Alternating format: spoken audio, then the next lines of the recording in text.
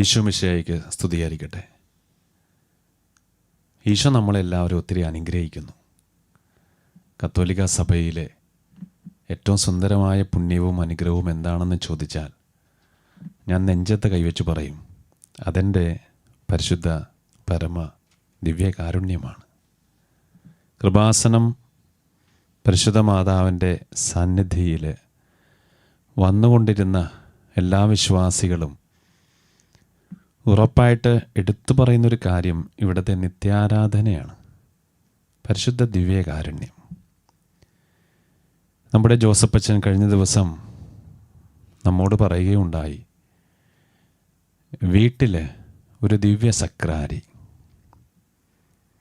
വീടൊരു ദേവാലയമാണ്, വീടിനെ ദേവാലയമാക്കി മാറ്റിയവരാണ്. അത് ഈ കോവിഡ് കാലത്തല്ല, പണ്ടേ നമ്മുടെ ക്രിസ്തീയ പാരമ്പര്യം നമ്മളെ പഠിപ്പിക്കുന്നത് അതുതന്നെയാണ്. അതുകൊണ്ടാണല്ലോ വീടിൻ്റെ ഏറ്റവും പ്രധാനപ്പെട്ട മുറി അത് കർത്താവിന് വേണ്ടി മാറ്റിവെച്ചിരിക്കേ. ഒരു പുതിയ വീട് നിർമ്മിച്ചു കഴിഞ്ഞാൽ വീട് വെഞ്ചരിക്കും നമ്മളെല്ലാവരും. വീട്ടിലെ തിരുഹൃദയ പ്രതിഷ്ഠ നടത്തും. എന്നിട്ട് നമ്മൾ ഉറപ്പ് വരുത്തും, ഈ വീടിൻ്റെ നാഥൻ അതെൻ്റെ ഈശോയാണ്. ഈശോയ്ക്കാണ് നമ്മളെല്ലാം ആദ്യം പങ്കുവയ്ക്കുന്നത്. ആ ഈശോയെ കൂട്ടുപിടിച്ചാണ് വീട്ടിലെല്ലാ കാര്യങ്ങളും നമ്മളെല്ലാവരും ഒന്നിച്ച് ക്രമീകരിക്കുന്നത്. ആ കൃപാസനം പരിശുദ്ധ മാതാവിൻ്റെ സന്നിധിയിൽ വന്ന് പ്രാർത്ഥിക്കുന്ന ഏവർക്കും ഈ ഒരു കോവിഡ് കാലത്ത് ദിവ്യ സക്രാരിയിൽ നമ്മുടെ കുടുംബങ്ങളെയൊക്കെ പ്രതിഷ്ഠിച്ചുകൊണ്ട് പ്രാർത്ഥിക്കുന്ന ദിനങ്ങളാണ് ഈ ദിവസങ്ങളൊക്കെ.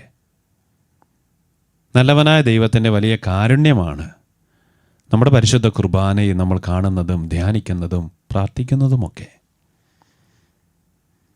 ജീവിതത്തിൽ നമ്മളെല്ലാവരും ഒത്തിരി കാഴ്ചകൾ കണ്ടു നടക്കുന്നവരാ, നല്ല കാഴ്ചകളെ തേടിപ്പോകുന്നവരാ. ഏറ്റവും സുന്ദരമായ കാഴ്ച അത് കർത്താവിനെ കാണുകയെന്നാണ്. ശാന്തശീലർ ഭാഗ്യമുള്ളവർ, കാരണം അവർ ദൈവത്തെ ദർശിക്കും. ജീവിതത്തിലെ ഏറ്റവും സുന്ദരമായ നിമിഷങ്ങളാണ് കർത്താവിനെ കണ്ടുകൊണ്ടിരിക്കുക. ബൈബിളിൽ നമ്മൾ വായിക്കുന്നില്ലേ, പത്രോസിൻ്റെ സഹോദരൻ അന്ത്രയോസ് ഈശോയെ കാണുന്നു. ഗുരു, അങ്ങ് എവിടെയാണ് വസിക്കുന്നതെന്ന് ചോദിക്കുന്നു.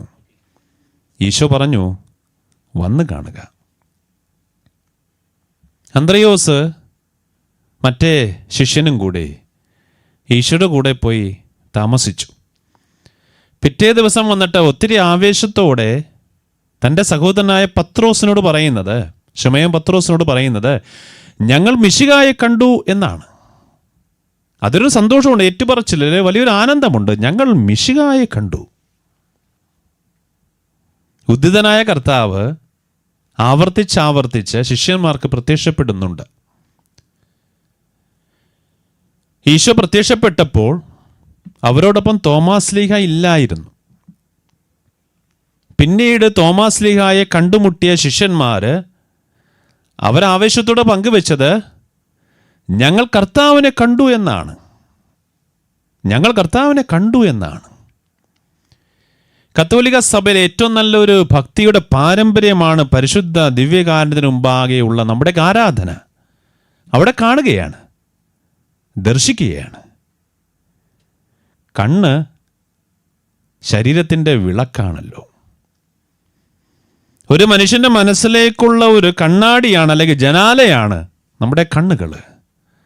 ആ കണ്ണിലേക്ക് കർത്താവിൻ്റെ തിരുമുഖം പതിക്കുമ്പോൾ നമുക്ക് കിട്ടുന്നത് ഒരു ദർശന സുഖം മാത്രമല്ല, അത് വലിയൊരു അനുഗ്രഹമാണ്, അത് വലിയൊരു പുണ്യമാണ്. അത് കണ്ട് പങ്കുവെച്ച ശിഷ്യന്മാരൊക്കെ ആവശ്യത്തോടെ ഇപ്പോഴും പറയുകയാണ്, ഞങ്ങൾ കർത്താവിനെ കണ്ടു. നമ്മളെല്ലാവരും ദേവാലയങ്ങൾ ദർശിക്കാറില്ലേ? അവിടെ ആനവാതിന് മുമ്പിൽ നിന്ന് എത്ര ദൂരെയാണെങ്കിലും അവിടെ നിന്ന് നോട്ടത്തിൽ പതിയുന്ന സക്രാരിയാണെങ്കിലും നമ്മൾ നെഞ്ചത്ത് കൈവച്ചുകൊണ്ട് ശിരസ് നമിച്ച് ആരാധിച്ച് പ്രാർത്ഥിക്കാറില്ലേ? കാണുന്നത് എന്താ? കർത്താവിനെയാണ് ആ സക്രാരിയിൽ. ഇപ്പോൾ നമ്മൾ നമ്മുടെ സെൽഫോണിൽ, ഓൺലൈനിൽ നമ്മൾ സക്രാരിയെ ദർശിക്കുകയാണ്. ഇപ്പോൾ സാമൂഹിക മാധ്യമങ്ങളിലൊക്കെ നമ്മൾ കാണുന്നതും ദർശിക്കുന്നതുമൊക്കെ പലപ്പോഴും നെഗറ്റീവ് എനർജി തരുന്ന പല കാര്യങ്ങൾ നമ്മൾ കാണുന്നുണ്ട്, കേൾക്കുന്നുണ്ട്. അതിൻ്റെയൊക്കെ നടുവിൽ നിന്നുകൊണ്ട് സമയം കണ്ടെത്തിക്കൊണ്ട് ഈ ദിവ്യഗാന ആരാധനയെ പങ്കെടുക്കുമ്പോൾ ഞാൻ പറയും, ഇത് ഏറ്റവും സുന്ദരമായ കാഴ്ചയാണ്, ഇത് ഏറ്റവും സുന്ദരമായ സന്തോഷമാണ്. ഇതിലൊരു നൈർമല്യമുണ്ട്, ഇതിലൊരു ശാന്തതയുണ്ട്, ഇതിലൊരു മനസമാധാനമുണ്ട്. ഇതിൽ പിരിമുറുക്കത്തിൻ്റെ കാലമല്ലേ? കൊറോണ, കോവിഡ്, ഭീതി, മരണം, വെല്ലുവിളി, മനുഷ്യനെങ്ങനെ നെട്ടോട്ടം ഓടിക്കൊണ്ടിരിക്കുകയെ. എങ്ങനെയാണ് ഈ ജീവനൊന്ന് സംരക്ഷിക്കാൻ? കർത്താവ് എന്താ നമ്മോട് പറഞ്ഞു തന്നിരിക്കുന്നത്? സ്വർഗത്തിൽ നിന്ന് ഇറങ്ങി വന്നിരിക്കുന്ന ജീവനുള്ളപ്പം ഞാനാണ്, ഈ അപ്പം ഭക്ഷിക്കുന്നവൻ എന്നേക്കും ജീവിക്കും. നല്ല സഹോദരങ്ങളെ, കർത്താവിനെ കാണുക. ഈശോ നമുക്ക് തരുന്ന ജീവനാണ്. യോഹന്നാന്റെ സുവിശേഷം 10-ാം അധ്യായം 10-ാം വാക്യം നമ്മുടെ എല്ലാവരുടെ ഹൃദയങ്ങളിൽ എഴുതി വച്ചിരിക്കുന്ന സുന്ദരമായ വചനമാണല്ലോ. മനുഷ്യപുത്രൻ വന്നിരിക്കുന്നത് ജീവൻ നൽകാനും അത് സമൃദ്ധമായി നൽകുവാനുമാണ്. പരിശുദ്ധ ദിവ്യകാരുണ്യം എന്താണെന്ന് ചോദിച്ചു കഴിഞ്ഞാൽ ജീവന്റെ ഉത്സവമാണ് പരിശുദ്ധ ദിവ്യകാരുണ്യം. അവിടെ സങ്കടങ്ങളില്ല, അവിടെ ഉത്കണ്ഠകളില്ല, അവിടെ ആവലാതികളില്ല, പരാതികളില്ല. ഞാൻ പറയും, പരിശുദ്ധ ദിവ്യകാരുണ്യം നമുക്ക് പങ്കുവെച്ചു തരുന്നത് വലിയൊരു ആശ്വാസമാണ്, വലിയൊരു സന്തോഷമാണ്, വലിയൊരു പരിഹാരമാണ്, വലിയൊരു ഉത്തരമാണ്. ചോദ്യം ചോദിക്കുന്നവരാ നമ്മളെല്ലാവരും. ചോദ്യം ചോദിച്ച് ഉത്തരം മുട്ടിക്കുന്നവർ നമ്മുടെ കൂട്ടത്തിലുണ്ട്. ചില ചോദ്യങ്ങളൊക്കെ നമ്മളെയൊക്കെ ഭയപ്പെടുത്തി കളയും. അങ്ങനൊരു ചോദ്യം ഈശോ ചോദിച്ചില്ലേ, ഞാൻ ആരാണ്? ശിഷ്യന്മാരോട് ചോദിക്കേ, ഞാൻ ആരെന്നാണ് ജനങ്ങൾ പറയുന്നത്? ഞാൻ ആരെന്നാണ് നിങ്ങൾ പറയുന്നത്? എന്തിനെ ഹെരോദോസ് രാജാവ് പോലും ചോദിച്ചില്ലേ? ഈശോയുടെ പ്രവർത്തനങ്ങളും ഈശോയുടെ പിന്നാലെ ഒത്തിരി മനുഷ്യരിങ്ങനെ പോകുന്നതും കണ്ടിട്ട് ഹെരോദോസ് ഒത്തിരി സംശയത്തോടെ അത്ഭുതത്തോടെയും ചോദിച്ചില്ലേ, ഇവൻ ആരാണ്? ഞാൻ സ്നാപക യോഹന്നാനെ ശിരച്ഛേദം ചെയ്ത് കൊന്നതല്ലേ, പിന്നെ ഇവൻ ആരാണ്? ആ ചോദ്യത്തിന് പിന്നാലെയാണ് ഈശോയും ചോദിക്കുന്നത് ശിഷ്യന്മാരോട്, ഞാൻ ആരെന്നാണ് ജനങ്ങൾ, നിങ്ങൾ പറയുന്നത്? നീ മിശിഹായാണ്, നീ ദൈവപുത്രനായ ക്രിസ്തുവാണ്. അവർ പ്രഖ്യാപിച്ചു പരസ്യമായി. പത്രോസ്ലീഗ അവർക്ക് നേതൃത്വം നൽകി. എന്നാൽ അതിന് പിന്നാലെ ഈശോ തന്നെ സ്വയം പരിചയപ്പെടുത്തുന്നത് തൻ്റെ വേദനകളെക്കുറിച്ച് പ്രവചിച്ചുകൊണ്ടാണ്. 3 പ്രാവശ്യം പ്രവചിക്കുന്നുണ്ടല്ലോ ബൈബിളിൽ. മനുഷ്യപുത്രൻ മനുഷ്യരുടെ കരങ്ങളിൽ ഏൽപ്പിക്കപ്പെടും, പീഡാസഹന മരണ രഹസ്യങ്ങളിലൂടെ കടന്നുപോകും, 3-ാം ദിവസം അവൻ ഉയർത്തെഴുന്നേൽക്കും. ശരിക്കും ഈശോ പറയാൻ ശ്രമിച്ചതും നമുക്ക് മനസ്സിലാക്കി തന്നത് ഒരേ ഒരു കാര്യം, തൻ്റെ വ്യക്തിത്വം, തൻ്റെ പീഡാസഹന മരണ ഉദ്ധാനമാണ്. ഈ പീഡാസഹന മരണ ഉദ്ധാനത്തിൻ്റെയൊക്കെ ഏറ്റവും വലിയൊരു മഹത്വമാണ് നമ്മൾ ദിവ്യകാരുണ്യത്തെ ദർശിക്കുന്നത്. പരിശുദ്ധ പരമ ദിവ്യകാരുണ്യത്തിന് മുമ്പാകെ നമ്മളെ തന്നെ സമർപ്പിക്കുക. നമ്മുടെ വീട് ഒരു സക്രാരിയാണ്.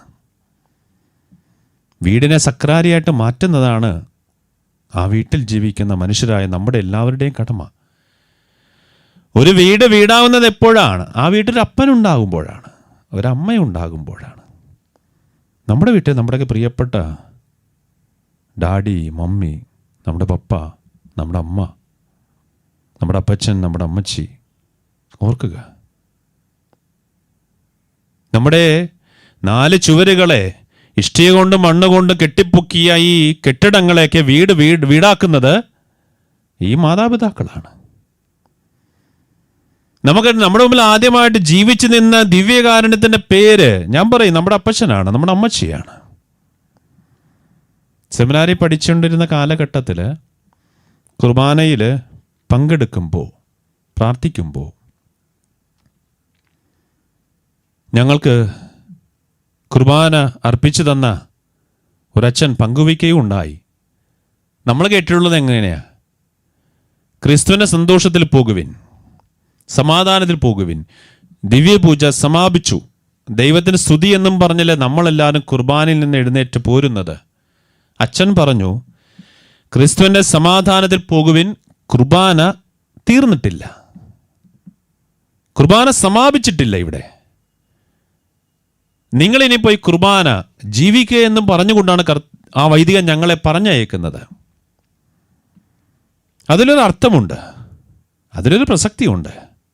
കൃപാസനം, ഈ മരിയൻ ധ്യാന കേന്ദ്രം നമുക്കായിട്ട് ചെയ്തു തരുന്ന വീട്ടിലെ ഒരു ദിവ്യ സക്രാരി എന്നതിൻ്റെ പ്രധാന ഉദ്ദേശവും ഇത് തന്നെയാണ്.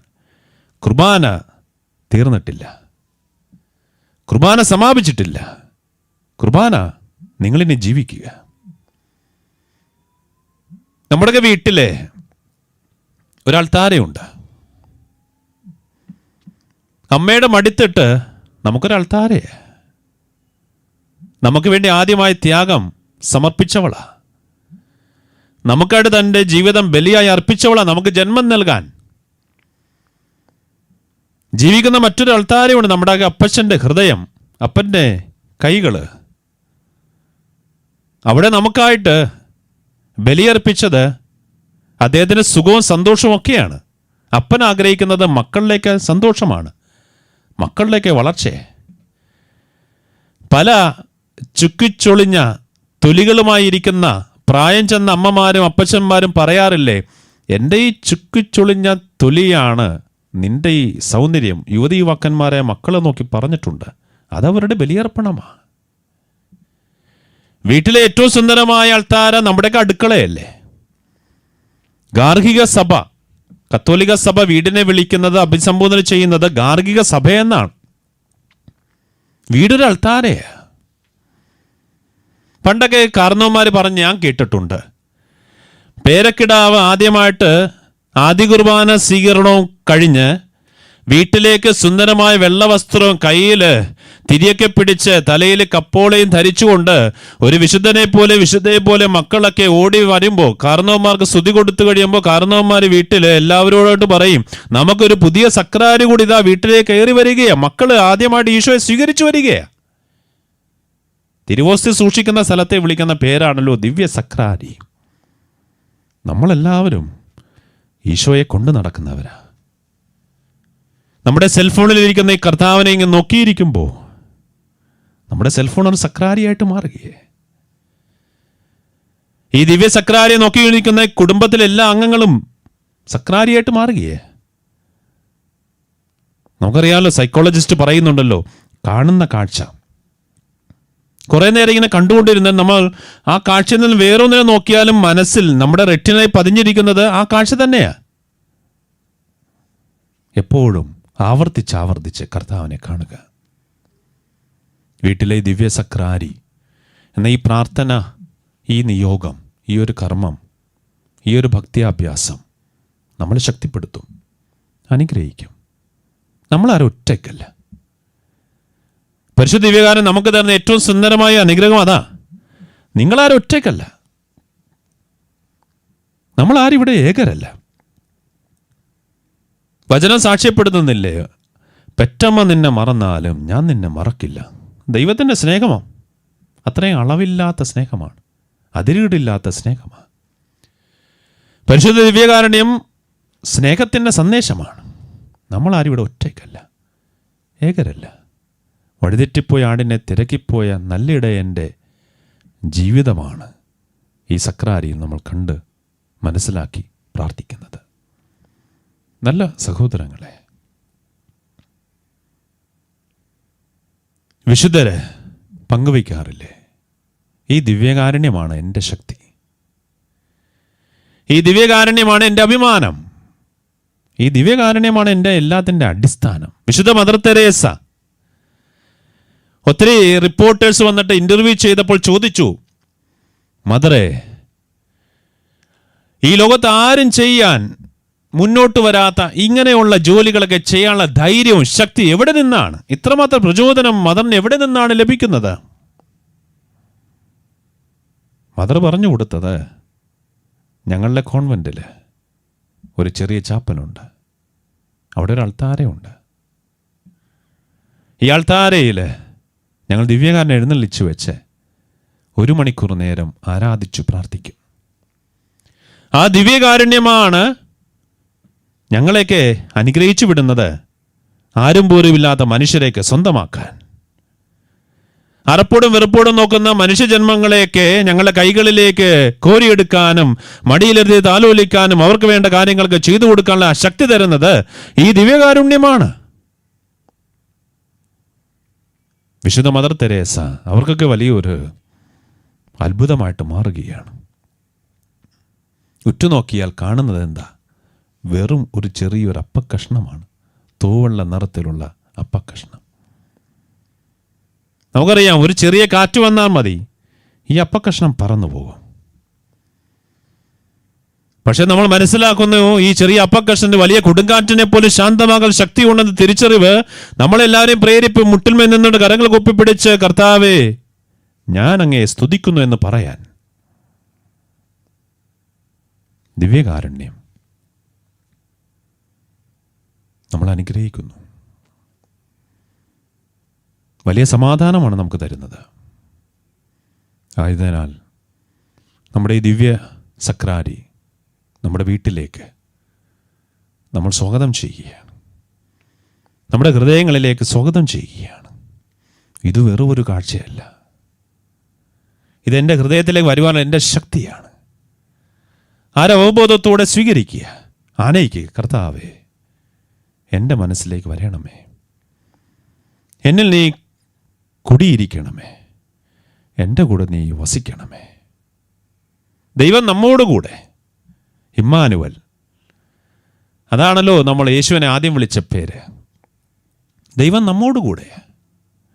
ഈ വീട്ടിലെ ദിവ്യ സക്രാരിയിലൂടെ പറഞ്ഞ് നിങ്ങൾക്ക് വേണ്ടി പ്രാർത്ഥിക്കാൻ ആഗ്രഹിക്കുന്നതും ഇത് തന്നെയാ.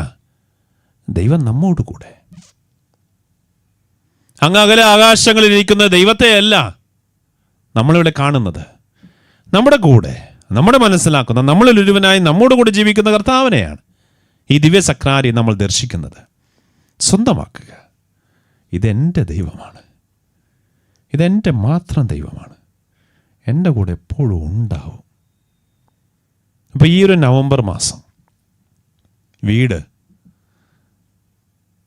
ഒരു ദേവാലയമായി ശരിക്കും മനസ്സിലാക്കി വീട്ടിലെ സക്രാരിയെ കൂട്ടുപിടിച്ച് നമ്മുടെ ഹൃദയങ്ങളെ സക്രാരിയായിട്ട് കണ്ടുകൊണ്ട് പ്രാർത്ഥിക്കാം.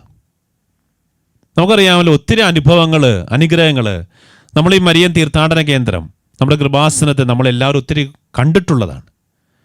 എന്തോരം മനുഷ്യരാണ് ഓൺലൈനിലൂടെ ഉടമ്പടി പ്രാർത്ഥനയൊക്കെ ചെയ്ത് ഈ ദിവ്യകാരുണ്യ അനുഭവമൊക്കെ സ്വന്തമാക്കി ഒത്തിരി അനുഗ്രഹം നേടിയിട്ടുള്ളവർ എപ്പോഴും നമ്മൾ കണ്ടുകൊണ്ടിരിക്കുകയാണ്. ഓൺലൈനിൽ ഉടമ്പടി എടുത്ത് പ്രാർത്ഥിക്കുന്നു, ക്യാൻഡിൽ ലൈറ്റ് എന്ന കർമ്മം നടത്തിക്കൊണ്ട് പ്രാർത്ഥിക്കുന്നു. എല്ലാത്തിനും അനുഗ്രഹം ഉറപ്പാണ്, തീർച്ചയാണ്. ഞാനിവിടെ അനുഭവ സാക്ഷ്യങ്ങളൊക്കെ പങ്കുവയ്ക്കുമ്പോൾ ഒത്തിരി പേര് വന്ന് പറഞ്ഞതൊക്കെ ഈ ദിവ്യകാരുണ്യം ഞങ്ങൾക്കായി നൽകിയ അനുഗ്രഹങ്ങളെക്കുറിച്ച് തന്നെ. അതിനാൽ സഹോദരങ്ങളെ, നമ്മുടെയൊക്കെ വീട്ടിലിരിക്കുന്ന ടി വിയിൽ 1 മിനിറ്റ് കഴിയുന്നതിന് മുമ്പേ തന്നെ 1 അല്ല 2 അല്ല 3 ചാനലുകൾ മാറ്റി മാറ്റി നമ്മൾ നോക്കിയിരിക്കുമ്പോൾ കാഴ്ചകളൊന്നും നമുക്ക് വലിയ സംതൃപ്തി തരുന്നില്ല. എല്ലാം പുതിയ പുതിയ ട്രെൻഡുകളാണ്, ഒത്തിരി മാറ്റങ്ങളാണ്, നൂതനമായ ശൈലികളൊക്കെ ഇന്ന് ചാനലുകാർ, സ്റ്റുഡിയോക്കാർ ഇങ്ങനെ അവർ പരീക്ഷിച്ചു കൊണ്ടിരിക്കുക. എങ്ങനെയാണ് മനുഷ്യൻ്റെ നയനങ്ങളെ സുഖിപ്പിക്കാൻ, ആനന്ദിപ്പിക്കാൻ, സന്തോഷിപ്പിക്കാൻ സാധിക്കുന്നതെന്ന് പുതിയ സംവിധാനങ്ങൾ അവർ കൊണ്ടുവന്നുകൊണ്ടിരിക്കുക. പക്ഷേ ഇങ്ങോട്ടേക്ക് നോക്കുക, കർത്താവിലേക്ക് നോക്കുക, ഒരു മാറ്റം ഇവിടെ വന്നിട്ടില്ല. മറിച്ച് വലിയ പഴക്കമാണ് ഇപ്പോൾ ചെന്നിരിക്കുന്നത്. ഒത്തിരി കാലപ്പഴക്കമുണ്ട്. ഈ പഴമയാണ് നമ്മുടെയൊക്കെ പുതുമ. നമ്മുടെ മുന്നിൽ കാണുന്ന 2000 വർഷങ്ങളുടെ കണക്കാ. ഇപ്പോൾ 2020 നവംബർ മാസം. ഇതിനു മുമ്പേ തന്നെ ബൈബിളിലുടനീളം നമ്മളൊന്ന് വായിച്ചു നോക്കിക്കേ. ഈശോയുടെ ജീവിതകാലം ആരംഭിക്കുന്നത് AD 1 മുതൽ. അതിനു മുന്നേ BC എത്രയോ നൂറ്റാണ്ടുകൾ ഇസ്രായേൽ ജനം, യഹൂദജനം ഈ ദൈവം തമ്പുരാന്റെ അനുഭവങ്ങളൊക്കെ പങ്കുവെച്ചു. നമ്മളൊക്കെ അബ്രഹാത്തിന്റെ പിന്തുടർച്ചക്കാരാ, വിശ്വാസികളുടെ പിതാവായ അബ്രഹാത്തിന്റെ പിന്തുടർച്ചക്കാര്. നമുക്ക് പിന്നിലൊക്കെ ഒത്തിരി നൂറ്റാണ്ടുകൾ കിടക്കേ. അവരെ അനുഭവിച്ചറിഞ്ഞ ദൈവത്തെയാണ് ഇപ്പോഴും നമ്മൾ അനുഭവിച്ചു കൊണ്ടിരിക്കുന്നത് പരിശുദ്ധ ദിവ്യകാരുണ്യത്തിലൂടെ. ഇവിടെ നമുക്ക് ആവർത്തന വിരസത തോന്നുകയില്ല, മറിച്ച് കർത്താവിനെയാണ് കാണുന്നത്. കർത്താവ് എനിക്ക് പുതുമയാണ്. ഇവിടെ ഇരിക്കുന്ന കണ്ടുകൂട്ടുക നമ്മുടെ വീട്ടിലെ പ്രായമായ അപ്പാവന്മാരായാലും അമ്മാമ്മമാരായാലും ആ വീട്ടിലെ പേരക്കിടാവായാലും ഒരേ ആവേശത്തോടെ ഒരേ താല്പര്യത്തോടെ ഇഷ്ടത്തോടെ അവർ നോക്കിയിരിക്കുന്നത് ഏറ്റവും സുന്ദരമായ കാഴ്ചയുടെ പേരാണ് പരിശുദ്ധ ദിവ്യകാരുണ്യം. ഇത് വെറും കാഴ്ചയല്ല, ഇതെൻ്റെ കാഴ്ചപ്പാടാണ്, ഇതെൻ്റെ ഉൾക്കാഴ്ചയാണ്, ഇതെൻ്റെ സ്വന്തമാണ്. എൻ്റെ ഈശോയെ, എൻ്റെ കർത്താവേ, ഞാനങ്ങേ ആരാധിക്കുന്നു, ഞാനങ്ങേ സ്തുതിക്കുന്നു, ഞാനങ്ങേക്ക് നന്ദി പറയുന്നു. ദൈവം നമ്മെ എല്ലാവരെയും അനുഗ്രഹിക്കട്ടെ. ആമേൻ.